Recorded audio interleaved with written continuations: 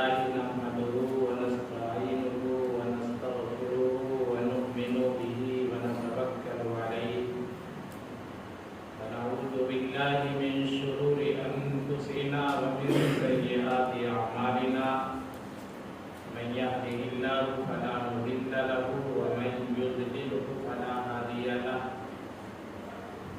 ونشهد أن لا إله إلا الله وحده لا شريك له ونشهد أن سيدنا ونبينا ومولانا محمدا عبده ورسوله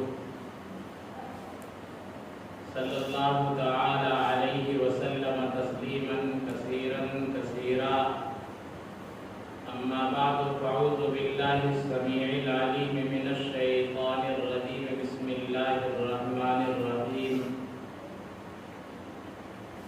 ولله على الناس حج البيت من استطاع إليه سبيلا ومن كفر فإن الله غني عن العالمين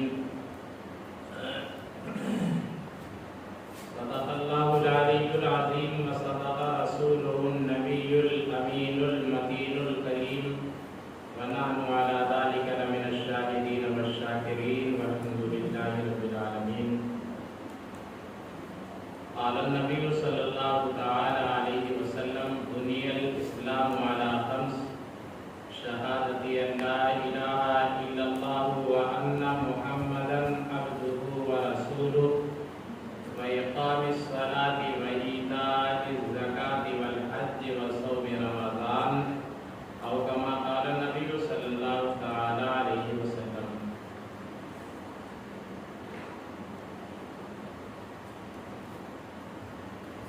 نعت پاک کی تنشاہ پیش خدمت ہے.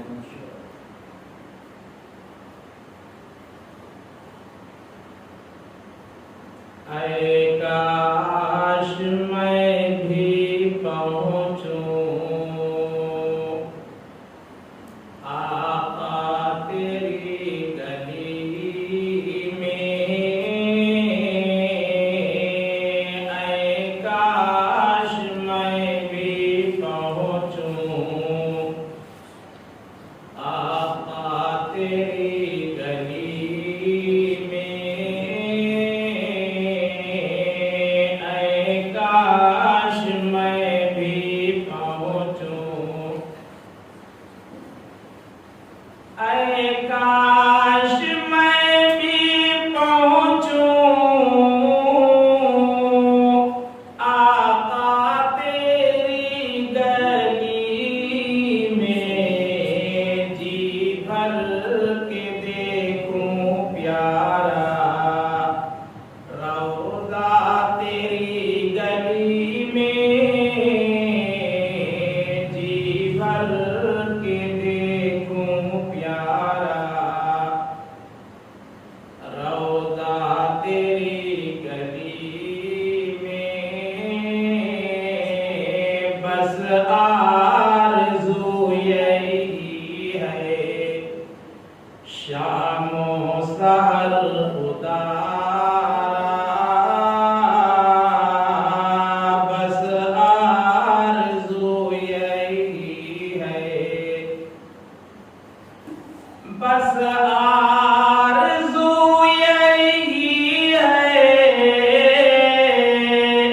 شام و سحر خدا،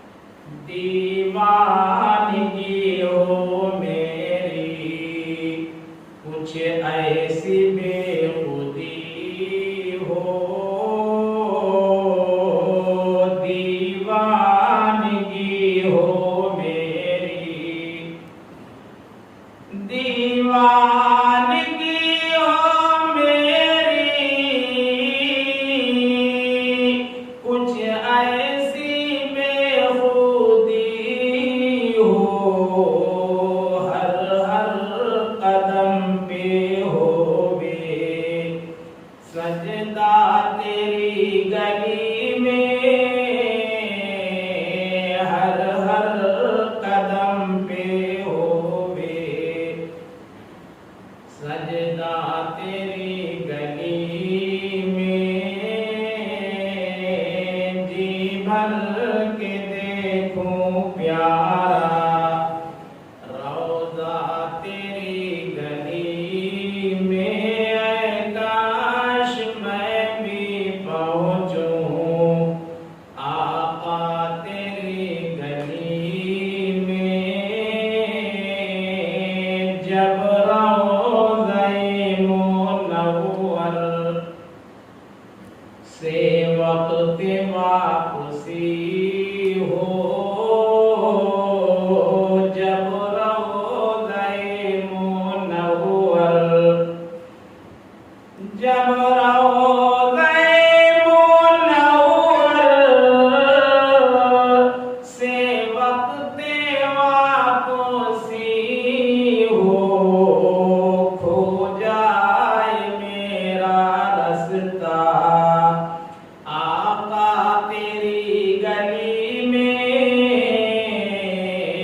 کھو جائے میرا رستہ آقا تیری گلی میں جی بھر کے دیکھوں پیارا روضہ تیری گلی میں نظروں کو میری آقا کچھ ایسا نور دے دو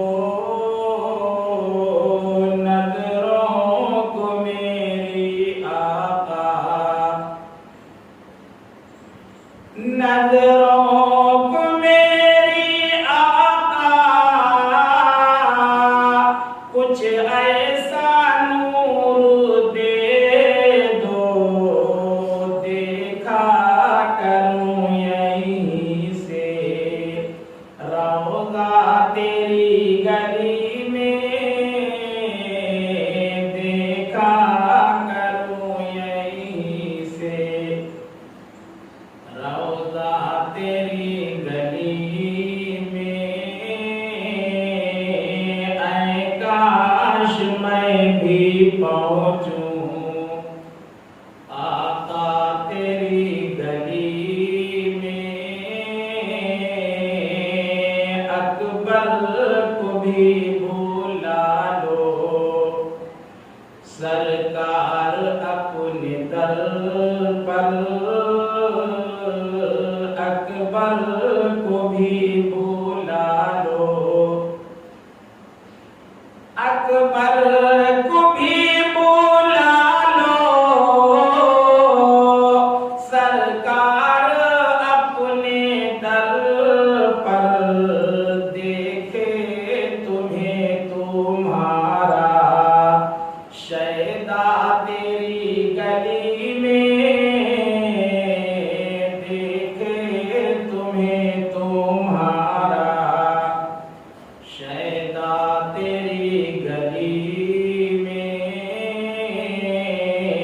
اے کاش میں بھی پہنچوں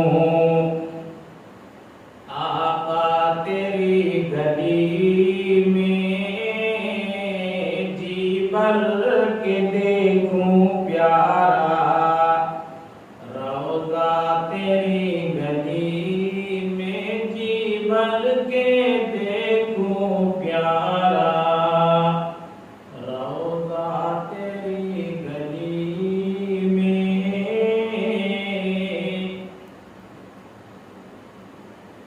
صدر محترم ناظم جلسہ حضرات علماء کرام عزیزم پیارے بچوں گزشتہ مہینوں کی طرح اس مہینے کی 5 تاریخ کو بھی مدرسہ مدینۃ العلوم کی جانب سے حضرت کی کاوشوں اور محنتوں کے نتیجے میں یہ پروگرام منعقد ہو رہا ہے، جس کا واحد مقصد یہ یہ ہے کہ انسانوں کو انسان بن کر کے جینا آ جائے، اس لیے کہ انسانوں کے زندگی گزارنے کے انداز اور ہوتے ہیں، حیوانوں کے زندگی گزارنے کے انداز اور ہوتے ہیں۔ مسلمان کا طرز زندگی اور ہوتا ہے، غیروں کا طرز زندگی اور ہوتا ہے، دونوں میں زمین و آسمان کا فرق ہے۔ مومن کی یہ پہچان کی آفاق میں گم ہے، کافر کی یہ پہچان کے آفاق میں گم ہے، اور مومن کی یہ پہچان کی گم اس میں ہے آفاق۔ یہ ایام حج ہیں، پوری دنیا سے حجاج کرام بیت اللہ کی زیارت کے لیے اور اس کے طواف کے لیے تشریف لے جا رہے ہیں۔ اسلامی اعتبار سے سال کا 11واں ماہ مبارک ہے، اسلامی زبان میں اس کو ذی القعدہ کا ماہ مبارک ہے۔ اشہر حرم میں یہ ماہ مبارک ہے جس کو اسلامی زبان میں ذی القعدہ کا ماہ مبارک ہے۔ ہمارے اور آپ کے نبی، ساری کائنات کے نبی حضرت محمد کریم صلی اللہ علیہ وسلم نے ارشاد فرمایا، بنی الاسلام علی خمس، اسلام کی بنیاد 5 چیزوں پر رکھی گئی، یعنی اسلام کے ستون 5 ہیں۔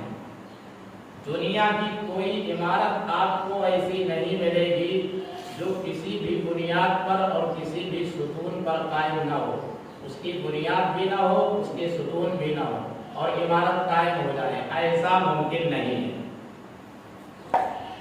تو اسلام کی عمارت قائم ہے 5 ستونوں پر، وہ 5 ستون گر جائیں گے تو اسلامی عمارت گر جائے گی، اور ان 5 ستونوں میں سے کچھ ستون گر جائیں گے، کچھ باقی رہ جائیں گے تو اسلامی عمارت ناقص رہ جائے گی۔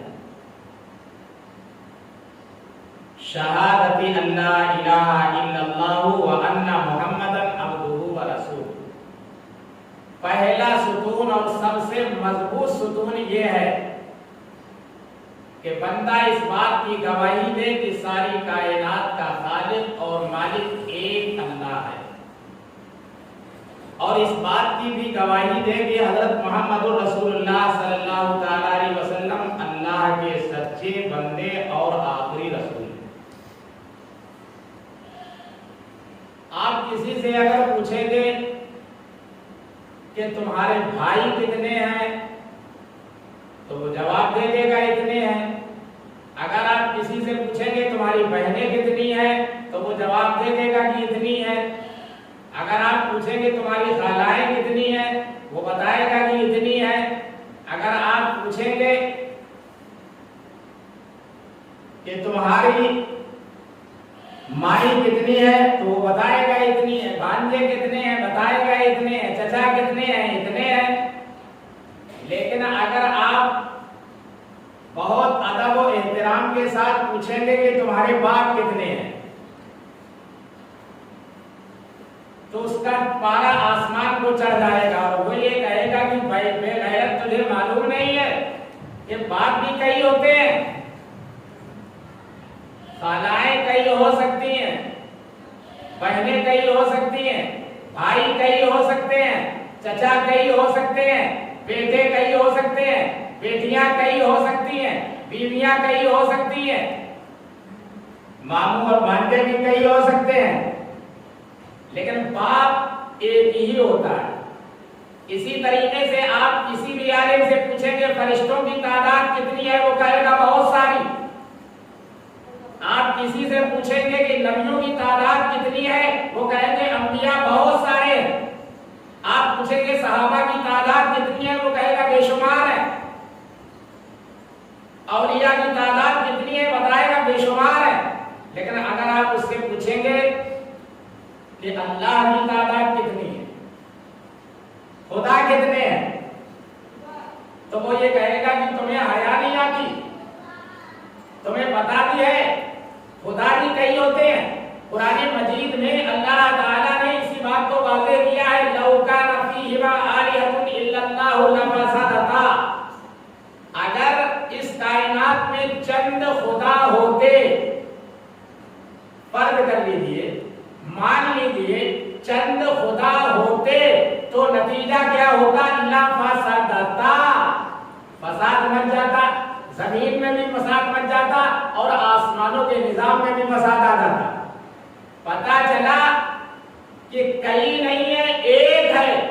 جگہ جگہ قرآن کہہ رہا ہے الہکم الہ واحد، الہکم الہ واحد، الہکم الہ واحد، تمہارا معبود تو ایک معبود ہے۔ لیکن بے وقوفوں سے یہ دنیا کبھی خالی نہیں رہی، ہر دور میں بے وقوف مل جاتے ہیں، اور ساری دنیا سے عقل نام کی چیز ختم ہو جائے پھر بھی کوئی آدمی یہ نہیں کہے گا کہ میں بے وقوف ہوں۔ شیخ سعدی رحمۃ اللہ علیہ نے لکھا ہے اپنی کتاب میں، اگر پوری دنیا سے عقل نام کی چیز ہی کا خاتمہ کر دیا جائے پھر بھی کوئی آدمی یہ نہیں کہے گا کہ میں بے وقوف ہوں، پھر بھی ہر آدمی یہی کہے گا کہ سب سے زیادہ عقل مند میں ہی ہوں۔ عیسائیوں نے کئی خدا مانے، یہودیوں نے بھی کئی خدا مانے، اوروں نے بھی کئی خدا مانے۔ خدا کو خدا کے انداز میں، اللہ کو اللہ کے انداز میں، جس طرح مسلمان مانتا ہے اس طرح دنیا کی کوئی قوم نہیں مانتی۔ ہم اللہ کو اللہ مانتے ہیں اور اللہ کو واحد مانتے ہیں اور اللہ کو لا شریک لہ مانتے ہیں۔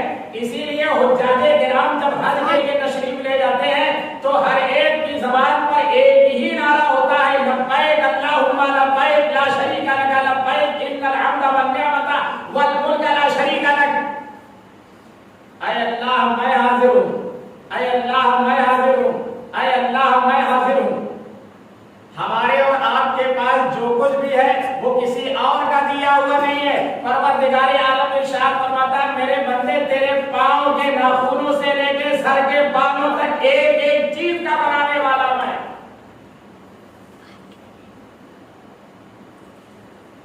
کوئی چیز کہیں بازار سے یا کسی اور فیکٹری سے بن کر کے نہیں آئی، اور اللہ تعالی نے ایک انسان کے اندر عالم اصغر چھپا رکھا ہے، اور پوری دنیا کے دانشوروں کو یہ چیلنج کر دیا ہے کہ اگر تمہارے اندر عقل ہے، اگر تم بہت بڑے فنکار ہو، اگر تم بہت بڑے مصور ہو، اگر تم بہت بڑے تصویر کار ہو، تو ہم نے تو اربوں خربوں انسان بنا دیے، تم ایک انسان ایسا بنا کے دکھا دو۔ تو بنائے ہیں لوگوں، بنائے ہیں انسان لوگوں نے۔ وہ اگر کبھی دیکھنے کی ضرورت پڑ جائے تو کپڑے کی دکان پہ پہنچ جانا، کپڑے کی دکان پہ آپ کو مل جائیں گے، لڑکیاں بھی مل جائیں گی اور لڑکے بھی مل جائیں گے۔ لیکن بنانے والے نے ان کو بنایا ہے کہ اگر بنانے والے نے کھڑا کر کے بنا دیا ہے تو قیامت تک وہ بیٹھ نہیں پائے گا، اور اگر بٹھا دیا ہے بنانے والے نے تو قیامت تک کھڑا نہیں ہو پائے گا۔ اگر بنانے والے نے اس کے ہونٹ بند کر دیے ہیں تو قیامت تک ہونٹ کھل نہیں سکتے، اور اگر آنکھیں کھول دی ہے تو قیامت تک بند نہیں ہو سکتی۔ نہ سانس آتی ہے، نہ دل دھڑکتا ہے، نہ نبض چلتی ہے، نہ دیکھتا ہے، نہ سنتا ہے، نہ کرتا ہے، نہ چلتا ہے، نہ بولتا ہے، کچھ بھی نہیں ہے، بس ایک انسان ہے، مجسمہ ہے۔ اسی کو کاریگری کہتے ہیں، اسی کو تصویر کشی کہتے ہیں۔ اللہ تعالیٰ نے انسان کو کتنے شاندار انداز میں بنایا، اور میں نے پہلے بھی کئی مرتبہ بتایا تھا، رب کعبہ کی قسم اس نے ہر چیز کو حکم کن سے بنایا، لیکن جب حضرت انسان کے بنانے کی باری آئی تو پروردگار عالم نے فرمایا خلقت بیدی، میں نے اپنے ہاتھوں سے بنایا۔ اللہ نے حضرت آدم علیہ السلام کو اپنے ہاتھوں سے بنایا۔ تو بہرحال بات دوسری طرف چلی جائے گی۔ میں بتانا یہ چاہتا ہوں کہ یہ اشہر حرم میں سے ایک ماہ مبارک ہے جس کو ذی القعدہ کا ماہ مبارک کہتے ہیں۔ اس مہینے میں اس کو حج کا مہینہ کہتے ہیں۔ اس مہینے کے بعد جو مہینہ آ رہا ہے جو اسلامی سال کا آخری ماہ مبارک ہے، اس کی 10 تاریخ کو بھی قربانی ہے۔ الحجہ کی 10 تاریخ کو بھی قربانی ہے۔ ذی الحجہ اسلامی سال کا آخری مہینہ ہے، اس کی 10 تاریخ کو اللہ نے قربانی رکھی، اور محرم اسلامی سال کا پہلا مہینہ ہے، اس کی 10 تاریخ کو بھی اللہ نے قربانی رکھی۔ پتہ چلا مسلمانوں کا جب اسلامی سال شروع ہوتا ہے تو قربانی کی تعلیم دیتا ہوا آتا ہے، اور جب مسلمانوں کا اسلامی سال رخصت ہوتا ہے تو مسلمانوں کو قربانی کی تعلیم دیتا ہوا رخصت ہو جاتا ہے۔ ذی الحجہ کی 10ویں تاریخ کو اللہ کے پیارے پیغمبر حضرت ابراہیم علیہ السلام نے اپنی سب سے محبوب ترین چیز کو اللہ کی رضا حاصل کرنے کے لیے مینا کے میدان میں قربان کرنے کا فیصلہ کر لیا تھا۔ اب میں تفصیل میں نہیں جانا چاہتا ہوں، میں صرف یہ بتانا چاہتا ہوں کہ ذی الحجہ کی 10ویں تاریخ کو حضرت ابراہیم علیہ السلام اپنے بیٹے کی قربانی دینے کے لیے تیار بیٹھے ہیں، اور محرم کی 10ویں تاریخ کو نواسہ رسول کربلا کے میدان میں اپنے 72 ساتھیوں کی قربانی پیش کر رہے ہیں۔ پتا چلا کہ قربانی کے بغیر کچھ حاصل نہیں ہو سکتا۔ قربانی کہتے ہیں اللہ کے نام پر فدا کر دینے کو، اللہ کے نام پر نچھاور کر دینے کو، اللہ کے نام پر لٹا دینے کو، یہ جان بھی اللہ کی دی ہوئی ہے۔ اس لیے شہید ہونے کے بعد بھی کہتا ہے جان دے دی ہوئی اسی کی تھی، حق تو یہ ہے کہ حق ادا نہ ہوا۔ تو یہ حج کا مہینہ ہے۔ اب حج ہے کیا؟ حج ایک دیوانگی کیفیت کا نام ہے۔ ایک چادر ہے جس کو تہمت کی شکل میں پہن رکھا ہے، اور ایک چادر ہے جس کو جسم پر ڈال رکھا ہے، اسی کو ہم اور آپ اپنی زبان میں احرام کہتے ہیں۔ یہ حج کا مخصوص لباس ہے۔ پتہ چلا اگر کوئی آدمی یہ کہے کہ کیا تمہارے پاس پاجامہ نہیں ہے، کیا تمہارے پاس قمیص نہیں ہے، کیا تمہارے پاس کرتا نہیں ہے، کیا تمہارے پاس ٹوپی اور پگڑی نہیں ہے، پھر آخر تم نے یہ انداز کیوں اپنا رکھا ہے، تو میں کہوں گا یہ اللہ کا بندہ دیوانہ ہے خدا کا، اور مست ہے خدا کی محبت میں، اس لیے خدا کے گھر کا طواف کرتا ہے، چونکہ اس گھر کا طواف حضرت ابراہیم علیہ السلام نے کیا تھا، اور ہمارے اور آپ کے نبی، ساری کائنات کے نبی حضرت محمد کریم صلی اللہ علیہ وسلم نے کیا تھا۔ اس لیے اللہ کے چند محبوب بندوں کی اداؤں کو مان لینے کا اور اداؤں کو پورا کر لینے کا نام ہی حج ہے۔ یہ حاجی لوگ مروا سے صفا تک، صفا سے مروا تک چکر لگا رہے ہیں، آخر بات کیا ہے؟ کیا تلاش کرنے کے لیے جا رہے ہیں مروا پہ، اور پھر مروا پہ وہ چیز نہیں ملتی ہے تو صفا پہ جس چیز کی تلاش میں جا رہے ہیں؟ پتہ چلا حضرت ابراہیم علیہ السلام کی بیوی، حضرت اسماعیل علیہ السلام کی اماں جان حضرت ہاجرہ نے اپنے بچے کے لیے پانی کی تلاش میں مروا سے صفا تک، صفا سے مروا تک، صفا سے مروا تک، مروا سے صفا تک 7 چکر لگائے تھے پانی کی تلاش میں۔ رب کعبہ کی کو اتنا پسند آیا یہ 7 چکر لگانا کہ قیامت تک کے آنے والے حاجیوں کے لیے واجب قرار دے دیا گیا، جب تک تم میری ہاجرہ کی طرح 7 چکر نہیں لگاؤ گے ہم تمہارا حج قبول نہیں کریں گے۔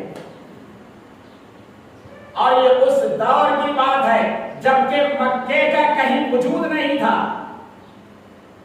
مکہ تو بنا ہے بعد میں، اسی مکے کو تو قرآن وادی غیر ذی زرع کے نام سے منسوب کرتا ہے۔ ربنا انی اسکنت من ذریتی بواد غیر ذی زرع عند بیتک المحرم، اے میرے رب، حضرت ابراہیم علیہ السلام کہہ رہے ہیں اے میرے رب، میں نے اپنی اولاد کو تیرے محترم گھر کے قریب بسایا ہے جو وادی غیر ذی زرع ہے، چٹیل میدان ہی میدان ہے جہاں کالے کالے پہاڑ ہی دکھائی دیتے ہیں، اس کے سوا کچھ اور نہیں دکھائی دیتا۔ یہاں صحرا ہی صحرا تھا، چٹانیں ہی چٹانیں تھی، یہاں صحرا ہی صحرا تھا، چٹانیں ہی چٹانیں تھی، یہاں صحرا ہی صحرا تھا، چٹانیں ہی چٹانیں تھی، اور جناب ہاجرہ اور ایک بچہ 2 ہی جانیں تھی، جناب ہاجرہ اور ایک بچہ دو ہی جانے تھی، اور نہ دانا تھا نہ پانی تھا، بھروسہ تھا فقط رب پر، نہ دانا تھا نہ پانی تھا، بھروسہ تھا فقط رب پر، بڑھی جب دھوپ کی گرمی تو جان آنے لگی لب پر، بڑھی جب دھوپ کی گرمی تو جان آنے لگی لب پر۔ ابراہیم علیہ السلام اس بچے کو اور اس بچے کی ماں کو اس وادی میں چھوڑ کر کے آئے۔ کیوں چھوڑ کر کے آئے؟ کیا آپس میں کوئی اختلاف ہو گیا تھا یا آپس میں کوئی جھگڑا ہو گیا تھا؟ نہیں، بلکہ رب کائنات نے آزمائش اور امتحان کے لیے حضرت ابراہیم علیہ السلام کو حکم دیا کہ اس ماں کو اور اس بچے کو اس وادی میں چھوڑ کر کے آؤ جس کو وادی غیر ذی ذرا کے نام سے لوگ جانتے ہیں۔ چھوڑ آئے۔ ابراہیم علیہ السلام کی پوری زندگی آزمائش خداوندی میں گزری، امتحان خداوندی میں گزری۔ ہمیں اور آپ کو ہمیشہ یہ دعا کرنی چاہیے کہ اللہ پاک ہمیں آزمائش سے بچائے، امتحان سے بچائے، اس لیے کہ ہمارا پرچہ تو پہلے سے ہی بالکل صاف ہے، ہم امتحان کیا دیں گے؟ یہ تو حضرت انبیاء علیہ السلام کا مقام ہے، پھر ان کا بھی کمال ہے۔ پروردگار عالم ان کی دستگیری فرماتے ہیں، نبی کا قدم ڈگمگانے نہیں دیتے، اس لیے کہ اگر نبی پھسل گیا تو خداوند کریم پہ الزام آتا ہے، اس لیے کہ نبی خدا کا براہ راست نمائندہ اور فرستادہ ہوتا ہے۔ تو ابراہیم علیہ السلام کی پوری زندگی آزمائش خداوندی میں گزری، اس کے باوجود حضرت ابراہیم علیہ السلام سر سجدے میں رکھ کر کے رویا کرتے تھے کہ اے اللہ، میں اس قابل کہاں کہ تیری آزمائش میں کھڑا اتر جاؤں اور تیرے امتحان میں پورا اتر جاؤں، یہ تو تیری بندہ نوازی ہوئی، تو نے میرے قدموں کو ثابت قدم رکھا، جو تو نے مجھے امتحان میں کامیاب بنا دیا۔ دنیاوی اعتبار سے جب کوئی امتحان میں فیل ہو جاتا ہے تو کوئی ریل کے نیچے کر کے اپنی جان دے دیتا ہے، کوئی ٹیبلیٹ کھا کر کے اپنی جان دے دیتا ہے، کوئی آگ میں لگا کر کے اپنے آپ کو ہلاک کر دیتا ہے۔ یہ دنیا کے امتحان ہیں جن کی کوئی حیثیت نہیں ہے، اور امتحان لینے والا رب کائنات ہو، امتحان لینے والا کن فیکون کا مالک ہو، اور بندہ پھر اس کے امتحان میں کھڑا اتر جائے، یہ ہے اصل آزمائش اور اصل امتحان۔ اللہ تعالیٰ نے ابراہیم علیہ السلام کو حکم دیا کہ اس بچے کو اور اس کی ماں کو اس وادی میں چھوڑ کر کے آؤ، جس وادی میں دور دور تک آب و دانے کا نام و نشان نہیں ہے۔ چھوڑ آئے، آمنا صدقنا اطعنا، اے اللہ آپ نے حکم دیا یہ اولاد میری نہیں تیری ہے، تیرے حکم پر ساری چیز قربان کر دوں۔ ابراہیم علیہ السلام نے اونٹ پہ بٹھایا بچے کو اور بچے کی ماں کو اور اس وادی میں چھوڑ کر کے آئے۔ تھوڑا سا مشکیزے میں پانی تھا وہ دے دیا، اور تھوڑی سی کھجوریں تھی وہ حضرت حاجرہ کو عطا کر دی، اور جب وہاں سے چلنے لگے تو حضرت حاجرہ علیہ السلام نے پوچھا ابراہیم کہاں جا رہے ہو، اور اس سنسان جنگل میں مجھے چھوڑ کر کے کہاں جا رہے ہو؟ تو ابراہیم علیہ السلام نے کوئی جواب نہیں دیا۔ ارے میاں آپ بھی صاحب اولاد ہیں، میں بھی صاحب اولاد ہوں، اولاد سے کس درجے محبت ہوتی ہے اور کس درجے الفت ہوتی ہے اس باپ کے دل سے پوچھو جو باپ اپنی چھوٹی اولاد کو اور اپنی بیوی کو اس وادی میں چھوڑ کر کے اللہ کے بھروسے پر اور اللہ کے سہارے پر رخصت ہو رہا ہے۔ تو حضرت حاجرہ علیہ السلام نے کہا میرا کچھ خیال کیا ہوتا نہ کیا ہوتا الگ بات تھی، کم سے کم اس بچے کا خیال تو کیا ہوتا، یہ شیرخوار بچہ چند مہینوں کا، اس کا اس جنگل میں کیا بنے گا، میرا خیال کرتے نہ کرتے اس بچے کا تو خیال کرتے۔ لیکن حضرت ابراہیم علیہ السلام نے کوئی جواب نہیں دیا۔ حضرت حاجرہ علیہ السلام نے پوچھا کیا آپ کو یہاں چھوڑنے کا حکم اللہ نے دیا ہے کہ حاجرہ کو اور حاجرہ کے بچے کو اس وادی غیر ذی ذرا میں چھوڑ دیا جائے؟ کیا اس بات کا حکم آپ کو اللہ نے دیا ہے؟ تو حضرت ابراہیم علیہ السلام نے یوں سر ہلایا، کہا اللہ نے حکم دیا ہے۔ اب جب نام اللہ کا آیا تو حضرت حاجرہ علیہ السلام بھی جانتی تھی کہ رب کائنات اگر چاہے تو بے موسم کے پھل عطا کر دے، پروردگار عالم اگر چاہے آسمان سے بارش برسا دے۔ جب وہ رب کائنات من و سلوہ کسی قوم کے لیے اتار سکتا ہے، حضرت عیسیٰ علیہ السلام کی دعا پر آسمان سے کھانے کا دسترخوان اتر سکتا ہے، تو وہ اس وادی غیر ذی زرع میں ضرور میرا کفیل بنے گا اور ضرور میرا معین و مددگار بنے گا۔ حضرت حاجرہ علیہ السلام نے چھوڑ دیا دعوت، ابراہیم علیہ السلام چلے آئے، اور چلے آنے کے بعد میں راستے میں آپ نے قیام فرمایا، ایک وادی میں آپ نے رات گزاری، اور تہجد کے قریب آپ نے وہ رقت آمیز دعا مانگی کہ عرش و فرش کے جگر ہل گئے۔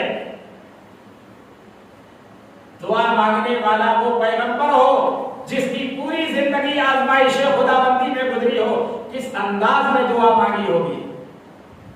سحر کے وقت ابراہیم نے اٹھ کر دعا مانگی، سحر کے وقت ابراہیم نے اٹھ کر دعا مانگی، سکون قلب مانگا، خوئے تسلیم و رضا مانگی، الہی میں عمل کو تابع ارشاد کرتا ہوں، الہی میں عمل کو تابع ارشاد کرتا ہوں، میں بیوی اور بچے کو یہاں آباد کرتا ہوں، اور اسی سنسان وادی میں روزی کا سامان دے، اسی سنسان وادی میں انہیں روزی کا سامان دے،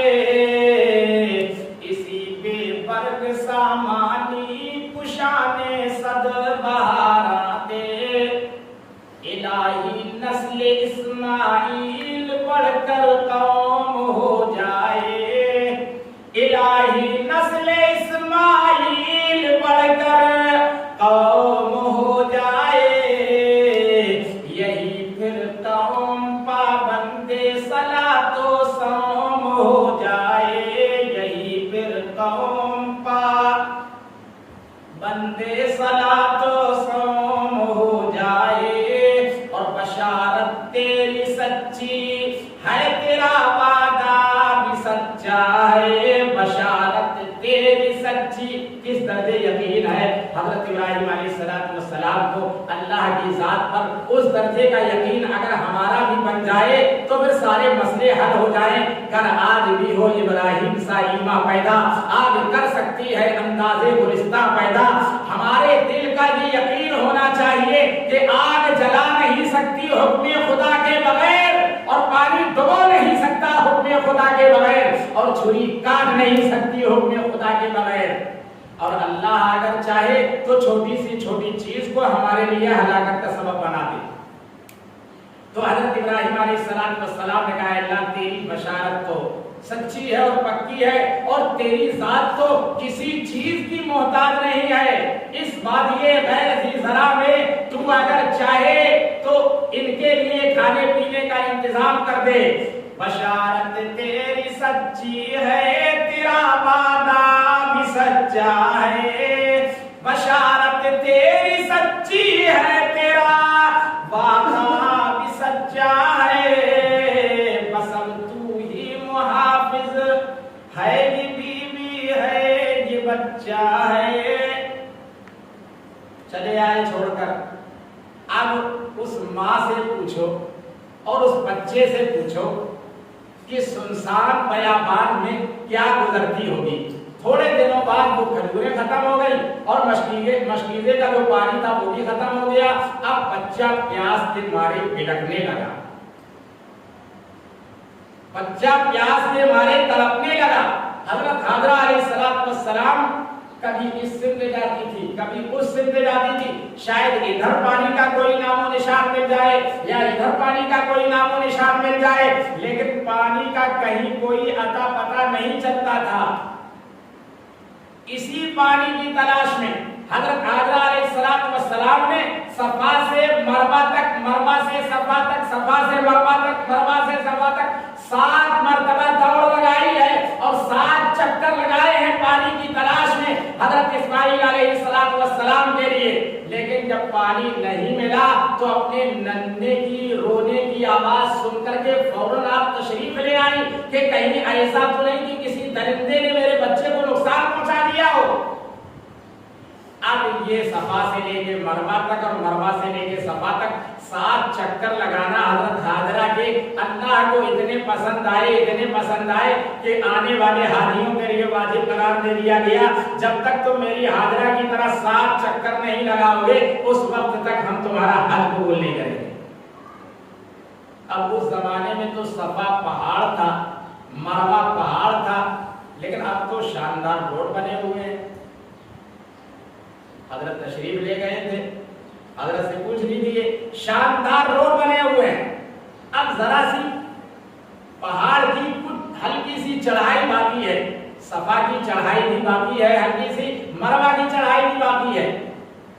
اب تصور کرو اس زمانے میں جب پہاڑ کی شکل میں ہوں گے، اس پر چڑھنا، پھر اس سے اترنا، پھر مروا پہ چڑھنا، پھر اس سے اترنا، پھر صفا پہ چڑھنا، پھر اس سے اترنا، ایک عورت ذات کے لیے کتنا دشوار کا مسئلہ ہے، لیکن ماں اپنے بچے کے لیے سب کچھ قربانی دینے کے لیے تیار ہوتی ہے۔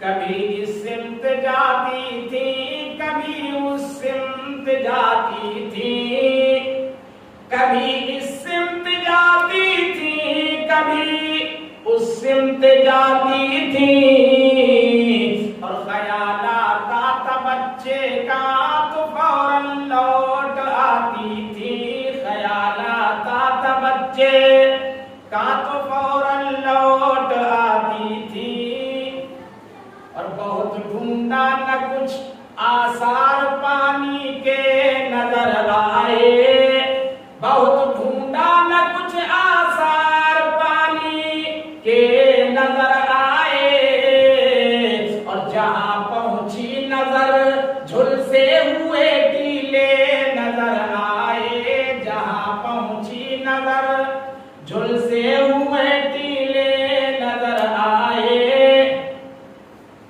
قریب آئی تو پر کھولے ہوئے جبریل کو پایا، قریب آئی تو پر کھولے ہوئے جبریل کو پایا، قریب آئی تو پر کھولے ہوئے جبریل کو پایا، اور انگوٹھا چوستے سائے میں اسماعیل کو پایا، انگوٹھا چوستے سائے میں اسماعیل کو پایا، جہاں پر ایڑیاں رگڑی تھی بچے نے بنا چاری، جہاں پر ایڑیاں رگڑی تھی بچے نے بنا چاری، ہوا تھا آب سرد چشمہ زمزم وہاں جاری۔ اب حضرت اسماعیل علیہ السلام کی ایڑیوں کی رگڑ سے وہ زمزم کا کنواں نکلا تھا، یا حضرت حاجرہ علیہ السلام کی دعا پر وہ زمزم کا چشمہ نکلا تھا، اس کی تفصیلات کو علماء کرام بتائیں گے۔ تو وہ زمزم کا کنواں کہاں کہاں اس کی سپلائی ہو رہی ہے؟ تمہارے یہاں تو اچھے خاصے دنوں میں ہینڈ پائپ کا واٹر لیول ٹوٹ جاتا ہے، نہیں ٹوٹتا، ٹیوب ویلوں کا واٹر لیول گھٹ جاتا ہے، کنووں کا پانی نیچے پہنچ جاتا ہے، اور وہ کنواں مکے میں بھی سپلائی ہو رہا ہے اور مدینہ منورہ میں بھی سپلائی ہو رہا ہے، چل رہا ہے پانی، لاکھوں کی تعداد میں حجاج کرام اپنے ساتھ اس پانی کو لے کر کے آتے ہیں، کوئی 5 لیٹر لے کر کے آ رہا ہے، 7 لیٹر لے کر کے آ رہا ہے، اب تو ایک قانون بن گیا ہے اس سے زیادہ نہیں لے جا سکتے ہیں، تو وہ ایک متبرک پانی ہے، اللہ تعالیٰ نے اس پانی کے اندر مائیت بھی رکھی ہے، غذائیت بھی رکھی ہے، اگر اس کو پانی کی حیثیت سے پیو تو پانی پیاس میں بجھانے کا کام کرے گا، اور اگر اس کو غذائیت غذائیت کی حیثیت سے استعمال کرو تو بھوک مٹانے کا کام کرے گا، اور اگر بیماری کی حیثیت سے پیو تو شفا کا کام کرے گا۔ تو وہ زمزم کا کنواں ہے، زمزم کا مبارک پانی ہے۔ اب یہ چکر لگانا، 7 چکر لگانا اللہ تعالیٰ نے حاجی کے لیے واجب قرار دے دیا۔ تو صفا سے مروا تک، مروا سے صفا تک یہ کس کی ادا ہو رہی ہے؟ یہ کس کی ادا اپنائی جا رہی ہے؟ یہ حضرت حاضرہ علیہ السلام کی ادا اپنائی جا رہی ہے۔ اور خانہ کعبہ کے ارد گرد جو طواف کیا جا رہا ہے، 7 چکر لگانے کو طواف کہتے ہیں۔ اب خانہ کعبہ ہے کیا؟ وہ چاروں طرف 4 دیواریں ہیں، اوپر سے چھت رکھی ہے۔ آپ اپنی زبان میں یوں کہہ سکتے ہیں چوکور مربع ایک کمرہ ہے، اس کے اندر اور کچھ نہیں ہے، لیکن اس گھر کی نسبت چونکہ اللہ کے ساتھ میں ہے، اس لیے حاجی اس گھر کا طواف کرتے ہوئے گویا یہ ثابت کرتا ہے کہ اے اللہ، میں اس اینٹ اور گارے کے گھر کا طواف نہیں کر رہا ہوں، بلکہ میں تیری ذات کا طواف کر رہا ہوں۔ اے اللہ، یہ گھر تیرا ہے، یہ در تیرا ہے۔ مکہ مکرمہ بھی عظمت کی جگہ ہے، مدینہ منورہ بھی عظمت کی جگہ ہے، مکہ بھی مکہ المکرمہ ہے اور مدینہ بھی مدینہ المنورہ ہے۔ مکے میں اللہ کا گھر ہے تو مدینے میں رسول اللہ کا گھر ہے، مکے میں جلال ہے تو مدینے میں جمال ہے، اور مکے میں لا الہ الا اللہ ہے تو مدینے میں محمد رسول اللہ ہے۔ اس لیے حاجی مکے میں ارکان حج ادا کرتے ہیں، اور پھر مدینہ منورہ میں اللہ کے پیارے محبوب کی مسجد میں، جس کو مسجد نبوی کہتے ہیں، وہاں 8 دن قیام کر کے اور 40 نمازیں وہاں پڑھی جاتی ہیں۔ سبحان اللہ، کتنے مبارک ہوں گے وہ لوگ جو نمازوں کو اس مسجد میں ادا کر رہے ہیں جس مسجد میں ہمارے اور آپ کے نبی، ساری کائنات کے نبی، شمس الضحیٰ بدر الدجا حضرت محمد مصطفیٰ صلی اللہ تعالی علیہ وسلم امامت فرمایا کرتے تھے۔ اور آپ کے بعد اسی مصلی پر صدیق اکبر نے امامت کی، صدیق اکبر کے بعد اسی مصلی پہ سیدنا عمر بن خطاب نے امامت کی، اور فجر کی نماز میں امامت کرتے ہوئے ابو لولو مجوسی کے ہاتھوں شہید ہوئے۔ اور پھر اسی مصلی رسول پر اللہ کے پیارے محبوب کے داماد اور 2 بیٹیوں سے داماد سیدنا عثمان بن عفان رضی اللہ تعالیٰ عنہ نے امامت فرمائی۔ تو کتنے مبارک ہیں وہ لوگ جو اپنی پیشانی اس در پہ جھکاتے ہیں جس در پہ اللہ کے پیارے محبوب نے اپنی پیشانی جھکائی تھی۔ اور نبی نے طواف کیا تھا، ابراہیم علیہ السلام نے پہلی مرتبہ طواف کیا، انسانی تاریخ میں سب سے پہلا طواف اور سب سے پہلا حج حضرت ابراہیم علیہ السلام نے اور حضرت اسماعیل علیہ السلام نے کیا تھا۔ جب خانہ کعبہ مکمل ہو گیا، خانہ کعبہ کی تعمیر مکمل ہو گئی، تو حضرت ابراہیم علیہ السلام نے پوچھا اے اللہ اب کیا کروں؟ کہا کوہ صفا پہ چڑھ جاؤ، یہ وہی صفا ہے جو مروہ کے مدِ مقابل ہے، کوہ صفا کی چوٹی پہ چڑھ جاؤ اور اعلان کرو پوری دنیا کے انسانوں کے لیے کہ لوگوں یہ اللہ کا گھر ہے، اس کی زیارت کے لیے اور اس کے طواف کے لیے دور دراز کا دشوار کن سفر کرتے ہوئے یہاں آؤ۔ کہا اللہ میری آواز کہاں تک جائے گی؟ کائنات تو تیری بہت بڑی ہے، انسانی آبادی تو بہت دور تک پھیلی ہے، میری آواز کہاں تک جائے گی؟ رب کائنات کا حکم آیا میرے پیارے پیغمبر ابراہیم، اعلان کرنا تمہارا کام ہے، اس اعلان کو انسانوں کے دلوں تک پہنچا دینا یہ ہمارا کام ہے۔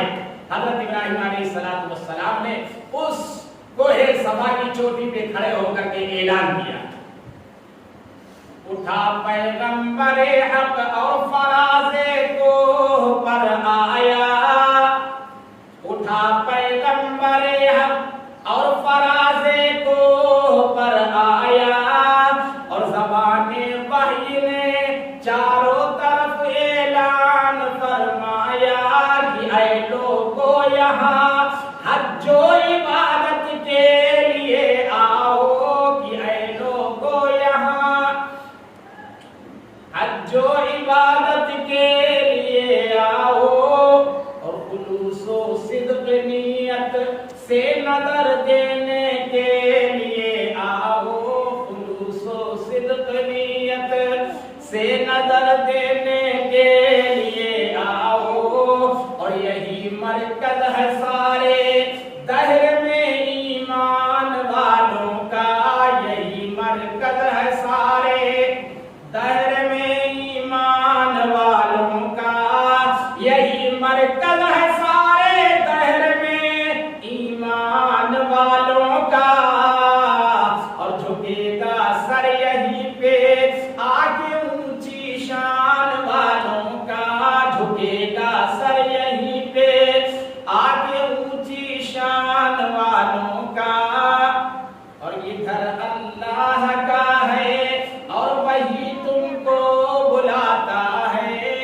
گھر اللہ کا ہے اور وہی تم کو بلاتا ہے، ہمارا کام ہے تبلیغ دیکھیں کون آتا ہے۔ تو حضرت ابراہیم علیہ السلام نے کوہ صفا کی چوٹی پہ چڑھ کر کے اعلان کیا۔ اعلان انہوں نے کیا، اس اعلان کو اللہ نے تمام دنیا کے انسانوں کے کانوں کے پردوں سے ٹکرا کر یہ آواز دل کی گہرائی میں اتار دی، اور جن جن لوگوں نے ابراہیم علیہ السلام کے اس اعلان پر لبیک کہا، اللہ تعالیٰ انہیں کو حج کی توفیق عطا فرماتا ہے۔ بہت سارے لوگ حج کے لیے جا چکے، بہت سے لوگ جانے والے ہیں، تو اب کتنے مبارک ہیں وہ لوگ جو حضرت ابراہیم علیہ السلام کی سنت کو ادا کر رہے ہیں۔ حضرت ابراہیم علیہ السلام وہ پیغمبر ہیں جن کی نسل میں سینکڑوں پیغمبر پیدا ہوئے، ہزاروں نبیوں کے جد امجد، ہزاروں پیغمبروں کے دادا حضرت ابراہیم علیہ السلام۔ یہودیت کا سلسلہ ابراہیم علیہ السلام سے جڑتا ہے، عیسائیت کا سلسلہ ابراہیم علیہ السلام سے جڑتا ہے، اور اسلام کا سلسلہ بھی حضرت محمد رسول اللہ صلی اللہ تعالی علیہ وسلم کا سلسلہ بھی حضرت ابراہیم علیہ السلام سے جڑتا ہے۔ تو ابراہیم علیہ السلام کی ادائیں ہیں، ان اداؤں کو ادا کرنے کا نام حج ہے۔ اسماعیل علیہ السلام کی کچھ ادائیں ہیں، ان اداؤں کے پورا کرنے کا نام حج ہے۔ حضرت حاجرہ علیہ السلام کی چند ادائیں ہیں، ان اداؤں کو پورا کرنے کا نام حج ہے۔ اب حجاج کرام پتھر مار رہے ہیں مینا کے میدان میں، جمرہ اولا، جمرہ وسطیٰ، جمرہ عقبہ، 3 مرتبہ کنکریاں ماری جاتی ہیں، 7 کنکریاں ماری جاتی ہیں۔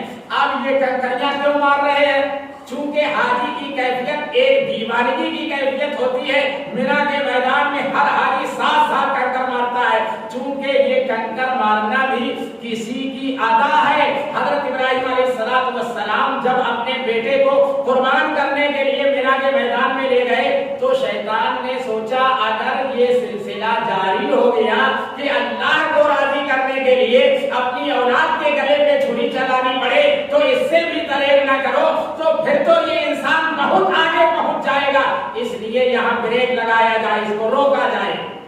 تو شیطان نے سامنے آ کر کے حضرت ابراہیم علیہ السلام سے کہا، ارے ذرا عقل کرو، ہوش کرو، بڑھاپے کی اولاد ہے، ارے خواب کی بات ہے، ہو سکتا ہے تمہاری سمجھ میں نہ آیا ہو، اور سو قربان کر دو، یوں ہی بچے کے گلے پہ چھری نہیں چلایا کرتے۔ تو حضرت ابراہیم علیہ السلام نے 7 کنکریاں پھینک کر کے شیطان کو ماری، جس سے شیطان غائب ہو گیا کہ مردود تو مجھے بغلانے کے لیے آیا ہے، بہکانے کے لیے آیا ہے۔ پیغمبر قربانی دینے کو تیار ہے اور اسماعیل قربان ہونے کو تیار ہے اور اللہ قربانی مانگ رہا ہے، تو تجھے کون سی پریشانی ہو رہی ہے؟ اب دیکھو انداز، دیکھو مارنے کا۔ حضرت ابراہیم علیہ السلام نے کیا شاندار انداز میں کنکریاں ماری، بے وقوفوں کی طرح جو ہی نہیں اٹھائیں گے، ایسے اٹھائیں گے ایسے مارتے نہ، مارنے کا کیا پیارا انداز ہے۔ کنکری اٹھائی، اتنی بڑی کنکری نہ ہو جس سے کسی کو تکلیف پہنچ جائے، چھوٹی چھوٹی کنکریاں ہوں، اور یوں شہادت کی انگلی پہ رکھا اور شہادت کی انگلی سے یوں انگوٹھے سے مارا، بسم اللہ پڑھ کر کے یوں مارا۔ 7 مرتبہ کنکریاں ماری ہیں، 7 کنکریاں ماری ہیں 3 مرتبہ۔ پہلی مرتبہ جب ماری ہیں کنکریاں، اس کو کہتے ہیں جمرہ اولا، اور پھر دوبارہ جب 7 کنکریاں ماری، غائب ہو گیا۔ پھر حضرت ابراہیم علیہ السلام نے جب نظام بنایا قربان کرنے کا تو پھر سامنے آ گیا، پھر آپ نے 7 کنکریاں اسی انداز میں ماری، پھر بھاگ گیا۔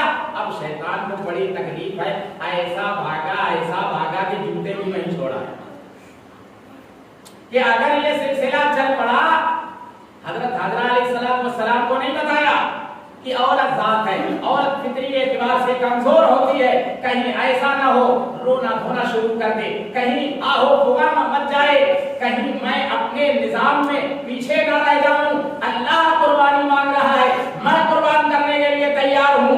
حضرت اسماعیل علیہ السلام قربان ہونے کے لیے تیار ہے، کہتے ہیں ابا جس چیز کا آپ کو حکم دیا گیا ہے اس میں دیر نہ کیجیے، رہی میری بات ستجدنی انشاءاللہ من الصابرین۔ علماء کرام تشریف فرمائے خدا کی قسم اگر آپ عربی جانتے جگر پھٹ جاتے، وہ پیغمبر خدا سے کتنا کرتا ہے، حالانکہ ہونے والا پیغمبر ہے، اور وہ پیغمبر جس کی نسل میں سے رحمت للعالمین شفیع المذنبین حضرت محمد کریم صلی اللہ تعالی علیہ وسلم تشریف لا رہے ہو۔ کہا رہی میری بات آپ مجھ سے پوچھ رہے ہیں، ستجدنی انشاءاللہ من الصابرین، آپ اللہ نے اگر چاہا تو آپ مجھ کو صبر کرنے والا پائیں گے۔ پتا چلا کہ قربان کرنا ابراہیم علیہ السلام کے بس میں نہیں ہے، قربان ہونا میرے بس میں نہیں ہے، اللہ جو چاہے گا وہ ہوگا۔ اب لوگ کہتے ہیں پیغمبروں کو یوں پتا رہتا ہے، پیغمبروں کو یوں پتا رہتا ہے، پیغمبروں کو یوں پتا رہتا ہے، ان کو یہ علم ہوتا ہے، ان کو وہ علم ہوتا ہے۔ ایمانداری سے بتاؤ، ابراہیم علیہ السلام کو اگر پتا ہوتا کہ میرا بیٹا جائے گا کہیں نہیں، یہ چھری یوں ہی خالی چلے گی، کٹے بٹے گا کچھ نہیں۔ حضرت اسماعیل علیہ السلام کو بھی پتا ہوتا کہ گردن میری اپنی جگہ صحیح سلامت رہے گی، خون نکلے گا کچھ نہیں، تو یہ آزمائش خدا بندی ہوتی یا ڈرامہ بن جاتا؟ بندہ ڈرامہ بھی نہیں بنتا۔ ارے اگر پرچہ آؤٹ ہو جائے امتحان کا، اب امتحان کس بات کا؟ اب امتحان کس بات کا؟ مزہ تو جب ہے ہاجرہ کو بتانا ہو، اسماعیل علیہ السلام کو بتانا ہو، ابراہیم علیہ السلام کو بتانا ہو، اور پھر آواز آئے فنادیناہ ان یا ابراہیم قد صدقت الرؤیا انا کذالک نجزی المحسنین۔ میرے پیارے پیغمبر، تم نے اپنے خواب کو سچا کر دکھایا، ہم احسان کرنے والوں کو یوں ہی بدلہ دیا کرتے ہیں۔ تو مینا کے میدان میں جو قربانی دے رہے ہیں ابراہیم علیہ السلام، یہ قربانی ادا ہے ان کی، اس ادا کو تمام دنیا کے حاجی پورا کر رہے ہیں مینا کے میدان میں۔ وہ بچے کی قربانی دے رہے تھے، لوگ دمبے کی قربانی دے رہے ہیں، اونٹ کی قربانی دے رہے ہیں، بکرے کی قربانی دے رہے ہیں۔ تو حج میں بتانا یہ چاہتا ہوں کہ حج ہے کیا؟ اللہ کے نیک بندوں کی چند اداؤں کے ادا کرنے کا نام حج ہے، چند وفاؤں کے پورا کرنے کا نام حج ہے، اور چند دعاؤں کو پڑھنے کا نام حج ہے۔ حضرت ابراہیم علیہ السلام نے جب احرام باندھا تھا تو یہی ترانہ گایا تھا، لبیک اللہم لبیک لا شریک لک لبیک ان الحمد والنعمت والملک لا شریک لک۔ اے اللہ میں حاضر ہوں، اے اللہ میں حاضر ہوں، اے اللہ میں حاضر ہوں۔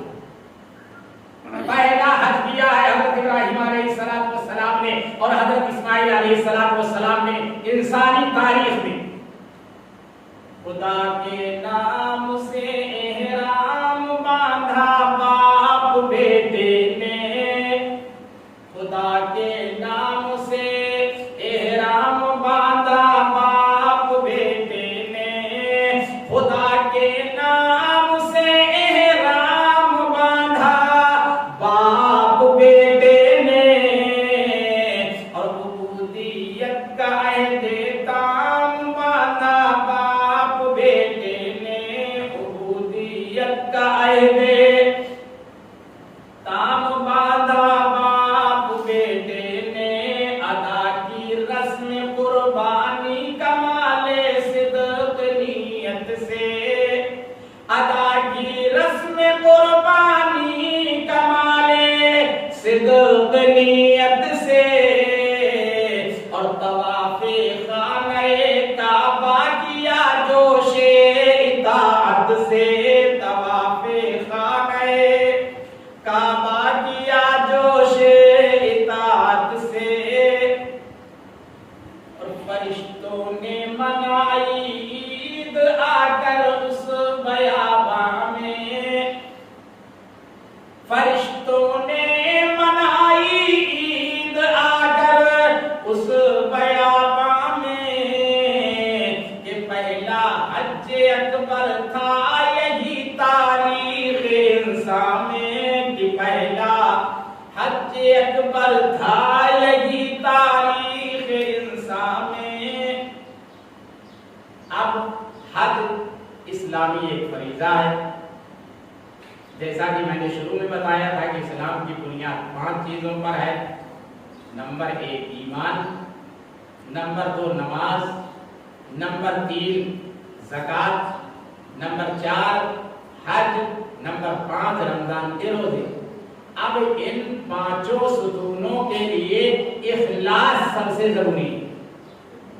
بغیر خلوص کے، بغیر الہیت کے، دنیا والے لوگ خود ملاوٹ والا مال لینا پسند نہیں کرتے. کوئی اگر شہد میں گڑ کا شیرہ ملا دے آپ خریدیں گے؟ اور دودھ میں اگر تالاب کا پانی ملا دے آپ لیں گے؟ اور گھی میں اگر ڈالڈا ملا دے خریدیں گے آپ دیسی گھی کے بھاؤ میں؟ نہیں خرید. تو دنیا کے لوگ خود ملاوٹ والا مال پسند نہیں کرتے. وہ احکم الحاکمین ملاوٹ والا ایمان کہاں سے پسند کر لے گا؟ وہ تو کہتا صاف ستھرا ایمان لے کر کے آؤ جس میں شرک کا شائبہ نہ ہو، کفر کے دھبے نہ ہو. اب وہ اگر پکڑ کرنے پہ آ جائے تو پھر پکڑ بھی بہت سخت کر لیتا ہے، معاف کرنے پہ آ جائے تو معاف بھی کر دیتا ہے. چونکہ اس کو معاف کرنے کے لیے کسی سے مشورے کی ضرورت نہیں ہے اور نہ سزا دینے کے لیے اس کو کسی کے مشورے کی ضرورت ہے. حضرت امام احمد بن حنبل رحمۃ اللہ علیہ کا انتقال ہوا اور خدا کی بارگاہ میں جب ان کی پیشی ہوئی تو اللہ نے پوچھا احمد کیا لے کر کے آئے ہو؟ اب دیکھو خدا کی شان بے نیازی.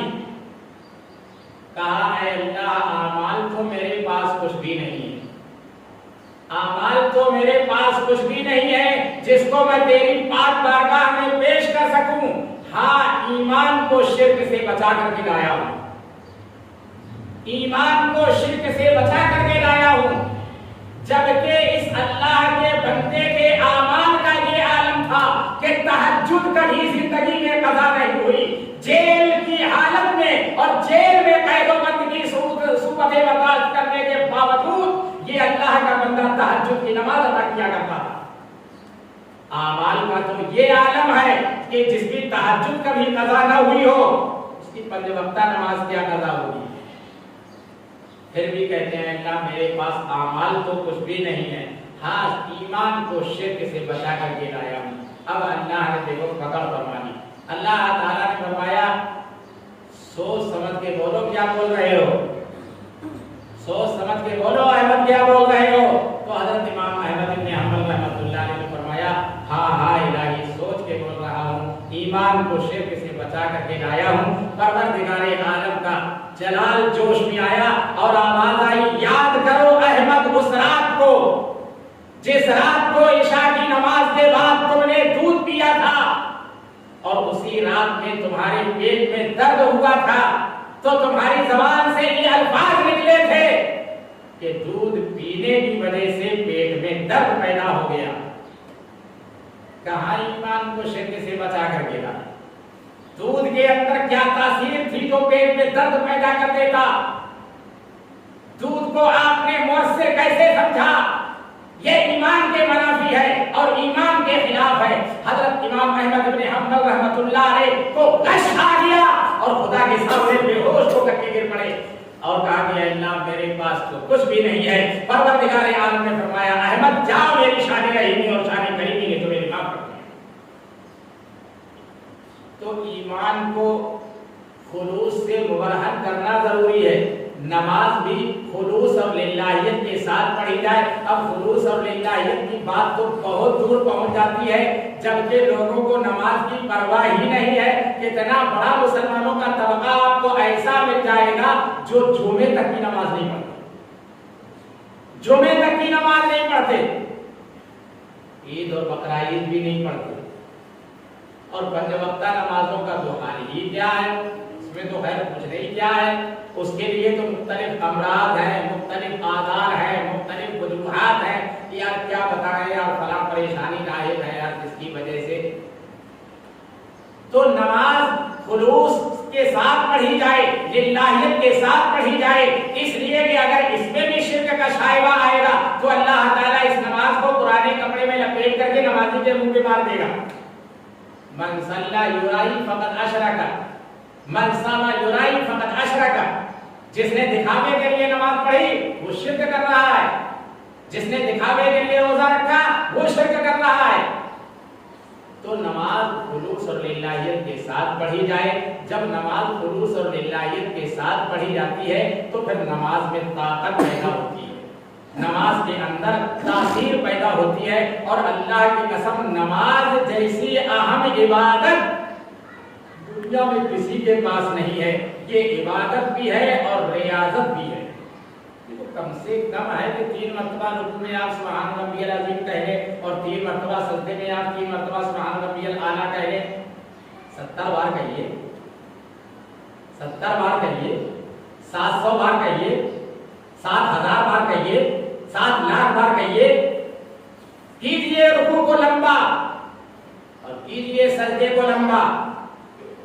یہی تو سجدے تھے جن کو اتنا لمبا کیا نبی نے کہ ہماری اور آپ کی اماں، ساری کائنات کی اماں حضرت عائشہ صدیقہ رضی اللہ تعالیٰ عنہ فرماتی ہیں کبھی کبھی میں اپنا جگر پکڑ کے بیٹھ جاتی تھی، نبی نے اتنا لمبا سجدہ کیا، مجھے ایسا لگتا تھا کہیں سجدے کی حالت میں آپ کی روح مبارک تو پرواز نہیں کر گئی۔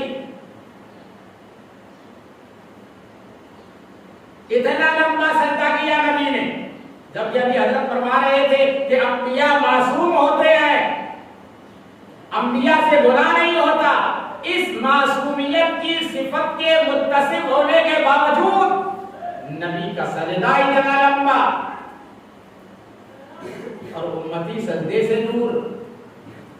آج حالات آپ کے سامنے ہیں، گانا گانے سے حالات نہیں بدلیں گے، نہ دکھڑا رونے سے حالات بدلیں گے، کامیابی کام سے ہوگی نہ کہ حسن کلام سے ہوگی۔ ہمیں اپنی زندگی کے رخ کو بدلنا ہوگا، ہمیں اپنے سارے معاملے دنیا والوں کے سامنے نہیں اللہ کے سامنے رکھنے ہوں گے۔ جب تہجد کا وقت آئے، رات کی کالی چادر پوری کائنات پر تنی ہو، اس وقت ہم اٹھ جائیں، وضو کریں، اللہ کے سامنے 2 رکعت نماز ادا کریں، سجدے کی حالت میں سر رکھ کر کے اپنی فریاد کو رکھیں کہ اے اللہ تیرے بندے ہیں، جیسے بھی ہیں، گنہگار ہیں، اے اللہ تو خالق و مالک ہے، ساری چیزیں تیرے قبضے قدرت میں ہیں، حالات کو اچھا بنا دینا وہ بھی تیرے قبضے قدرت میں ہے، حالات کو بگاڑ دینا یہ بھی تیرے قبضے قدرت میں ہے۔ وَتِلْكَ الْأَيَّامُ نُدَاوِلُهَا بَيْنَ النَّاسِ، یہ ایام ہے، دن ہے جو اللہ تعالیٰ بدلتا رہتا ہے، بدلتا رہتا ہے، بدلتا رہتا ہے۔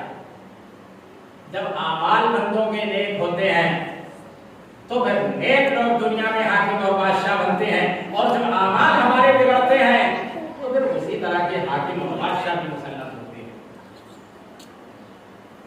جب دہلی کی سرزمین پر خواجہ شمس الدین التمش رحمۃ اللہ علیہ جیسا بادشاہ تھا تو پھر قطب الدین بختیار کاکی رحمۃ اللہ علیہ جیسے لوگ دہلی کی سرزمین پہ آرام فرما رہے ہیں۔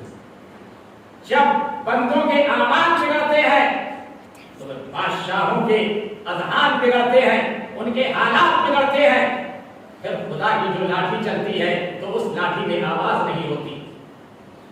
اس لیے ہمیں اپنی معروضات کو خدا کے سامنے رکھنے کی ضرورت ہے۔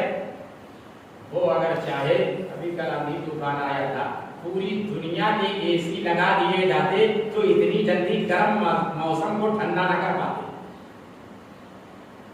میں پوری دنیا کی بات کر رہا ہوں، صرف بھارت ہندوستان کی بات نہیں کر رہا ہوں۔ اور اللہ نے چند لمحوں میں اور چند منٹوں میں گرم ماحول کو ٹھنڈا کر دیا۔ اس کی تو شان یہ ہے، تولج اللیل فی النہار وتولج النہار فی اللیل وتخرج الحی من المیت وتخرج المیت من الحی وتنزع الملک ممن تشاء وتعز من تشاء وتذل من تشاء بیدک الخیر انک علی کل شیء قدیر۔ میرے بندے تو جاتا کہاں ہے، سارا سب کچھ تو میرے پاس ہے۔ تو ہم اپنی معروضات کو، اپنی گزارشات کو اللہ کے سامنے رکھنے والے بن جائیں، اپنی پریشانیوں کو اللہ کے سامنے رکھنے والے بن جائیں۔ اللہ سے مبارک ہیں وہ لوگ جو براہ راست اپنے مسئلے اللہ سے حل کرواتے تھے۔ اللہ تعالی ہمارے اور آپ کے اس بیٹھنے کو بے انتہا قبول فرما لے۔ اس پروگرام کا اور اس طرح کے جو دوسرے مانگتے ہیں ان کا بھی مقصد یہی ہے کہ کم سے کم دنیا کے انسانوں کو انسان بن کر کے جینا آ جائے، انسان بن کر کے زندگی گزارنا آ جائے، اور مسلمان کو صحیح معنوں میں اسلامی معاشرت کو اپنا کر کے اللہ اور اس کے رسول کریم صلی اللہ تعالی علیہ وسلم کی مرضی اور مشیت کے مطابق چل کر کے زندگی گزارنا آ جائے۔ اس لیے کہ اوروں کے چلنے کا انداز اور ہوتا ہے اور مسلمانوں کے چلنے کا انداز اور ہوتا ہے۔ قرآن کریم کہتا ہے وَعِبَادُ الرَّحْمَنِ الَّذِينَ يَمْشُونَ عَلَى الْأَرْضِ هَوْنًا، اللہ کے نیک بندے جب زمین پر چلتے ہیں تو عاجزی کے ساتھ چلتے ہیں، مسکنت کے ساتھ چلتے ہیں، اکڑ کر کے نہیں چلتے۔ اِنَّكَ لَن تَخْرِقَ الْأَرْضَ وَلَن تَبْلُغَ الْجِبَالَ طُولًا، میرے بندے تن کر چل کر کیا آسمان کی بلندی کو پہنچ جائے گا؟ کیا تیری اکڑ میری زمین کو پھاڑ دے گی؟ کیا تیرے اندر اتنی طاقت اور قوت ہے کہ بلندی میں آسمان کو چھو لے اور طاقت میں زمین کو پھاڑ دے؟ جب نہیں ہے تیرے اندر یہ طاقت تو فروتنی کے ساتھ زندگی گزار، عاجزی اور مسکنت کے ساتھ زندگی گزار۔ وَعِبَادُ الرَّحْمَنِ الَّذِينَ يَمْشُونَ عَلَى الْأَرْضِ هَوْنًا وَإِذَا خَاطَبَهُمُ الْجَاهِلُونَ قَالُوا سَلَامًا، اللہ کے نیک بندے الجھتے نہیں ہیں، بحث مباحثہ نہیں کرتے ہیں، جاہلوں کے منہ نہیں لگتے ہیں، بلکہ کنارہ کش رہتے ہیں، کنارے سے گزر جاتے ہیں، سلام کر کے گزر جاتے ہیں۔ والذین یبیتون لربہم سجدا وقیاما، اور اللہ کے نیک بندے رات گزارتے ہیں، دن گزارتے ہیں، کبھی قیام کی حالت میں خدا کی حمد و ثنا کرتے ہیں، کبھی قعود کی حالت میں خدا کی حمد و ثنا کرتے ہیں، کبھی سجدے کی حالت میں خدا کی حمد و ثنا کرتے ہیں، کبھی لیٹے لیٹے اللہ کا ذکر کرتے ہیں، کبھی بیٹھے بیٹھے اللہ کا ذکر کرتے ہیں۔ فکر دنیا کر کے دیکھا، فکر عقبا کر کے دیکھ، فکر دنیا کر کے دیکھا، فکر عقبا کر کے دیکھ، اور سب کو اپنا کر کے دیکھا، رب کو اپنا کر کے دیکھ، سب کو اپنا کر کے دیکھا، رب کو اپنا کر کے دیکھ، جیسی کرنی ویسی بھرنی، نہ مانے تو کر کے دیکھ، اور جنت بھی ہے دوزخ بھی ہے، نہ مانے تو مر کے دیکھ۔ یہ تو اللہ کا احسان ہے کہ ہزاروں نبیوں کو بھیج کر کے ہمیں اس نے آگاہ کر دیا کہ اللہ کے بندو ہوش میں آؤ، تم جا کہاں رہے؟ تمہاری آنکھ بنائی میں نے، دیکھنے کا انداز بتائیں گے دنیا والے،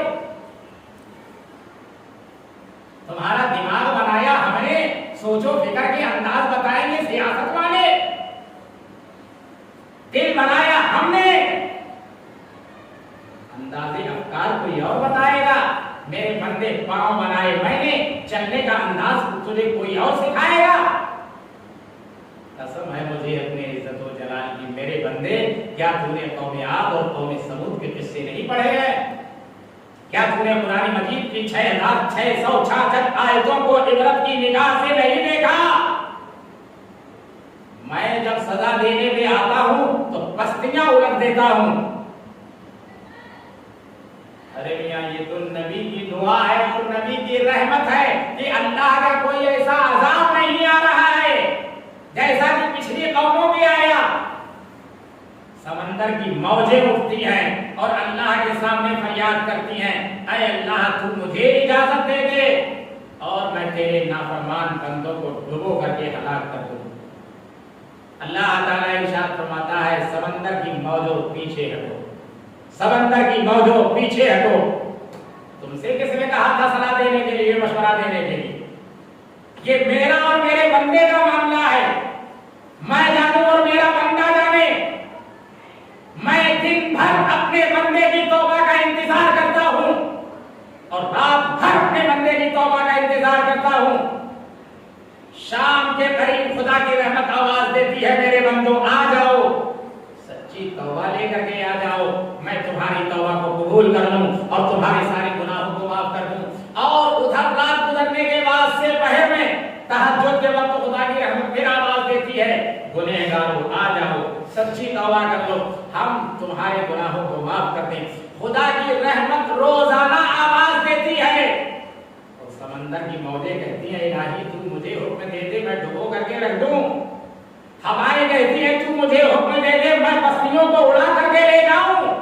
تیری پاک زمین پر رہنے والے لوگ اور تیرے قانون کو چیلنج کرتے ہیں. تیرا دیا ہوا پانی پی کر تیرا دیا ہوا رزق کھا کر تیری دی ہوئی سانسوں کو لے کر تیرے دیے ہوئے جسم سے کام لے کر بغاوت کرتے ہیں تجھ سے.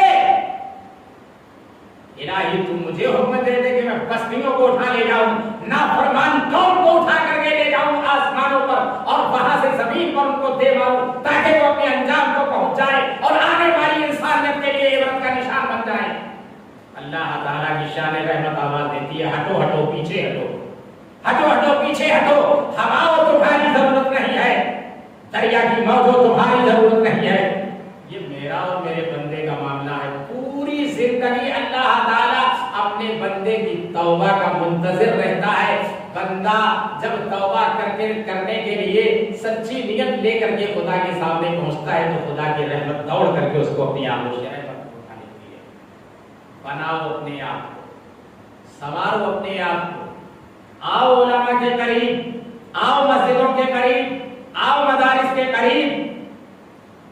آج ایک سازش یہ کی گئی کہ عوام کو علماء سے کاٹ دیا گیا. اب عوام الگ فیصلے کر لیتی ہے علماء بیچارے ایک طرف گوشہ نشین بنے بیٹھے. تو عوام کا علماء سے ربط ضروری ہے.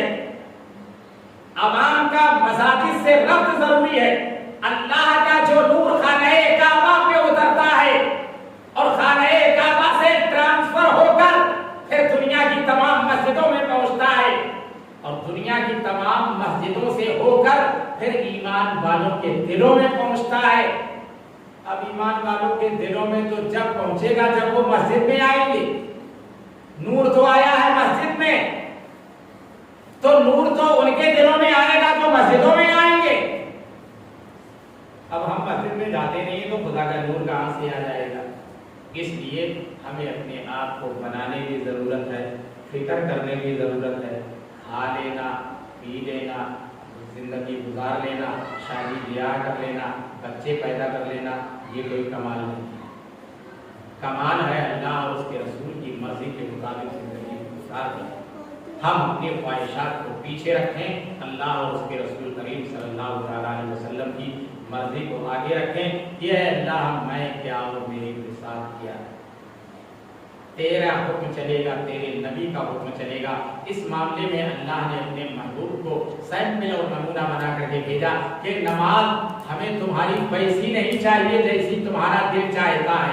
ہمیں تمہاری نماز ویسی چاہیے جیسی نماز میرے محبوب نے پڑھی.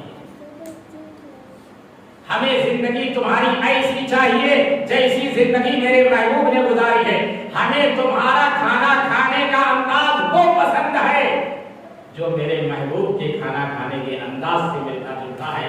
تو تمہارا طرز عمل اور تمہارا طرز زندگی ہمیں جب محبوب ہوگا جب کہ وہ ہمارے پیارے لاڈلے رسول کے نبی کی طرز زندگی کے مطابق ہوگا. اللہ تعالیٰ کہنے والے کو کہنے سے زیادہ اور سننے والوں کو سننے سے زیادہ عمل کی توفیق عطا فرما دے.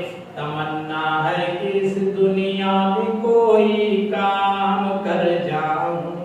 تمنا ہے کہ اس دنیا میں کوئی کام کر جاؤں.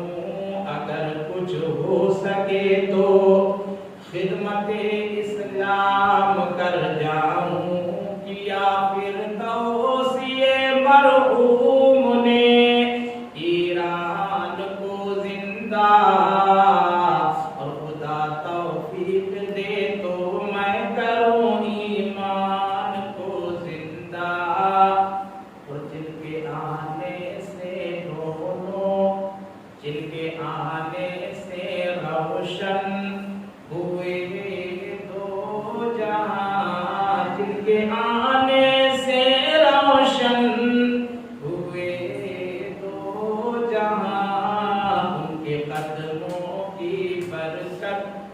پہ اربوں سلام، پہ اربوں درود ان پہ، اربوں سلام ہو دیار نبی رش کے، ارض و سما ہو دیار نبی رش کے، ارض و سما پاک جس کی زمین پاک، جس کی فضا جس کا شیریں ہے پانی، معطر ہوا خاک کو جس کی کہتے ہیں خاک شفا، خاک کو جس کی کہتے ہیں خاک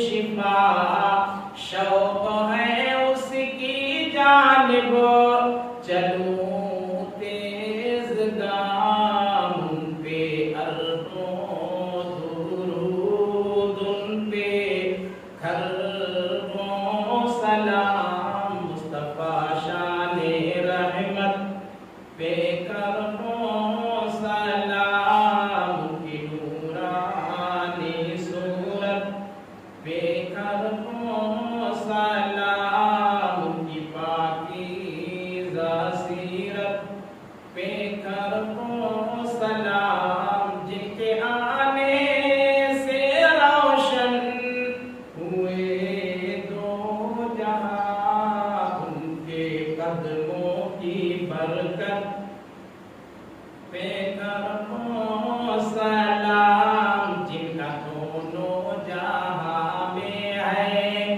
اعلیٰ مقام، جن کا دونوں جہاں میں ہے اعلیٰ مقام، ان پہ اربوں درود ان پہ، خربوں سلام زندگی بھر پلایا محبت کا جام، ان پہ اربوں درود ان پہ، اربوں سلام جن کے آنے سے روشن ہوئے دو جہاں، جن کے آنے سے روشن ہوئے دو جہاں، ان کے قدموں کی برکت پہ، کربوں سلام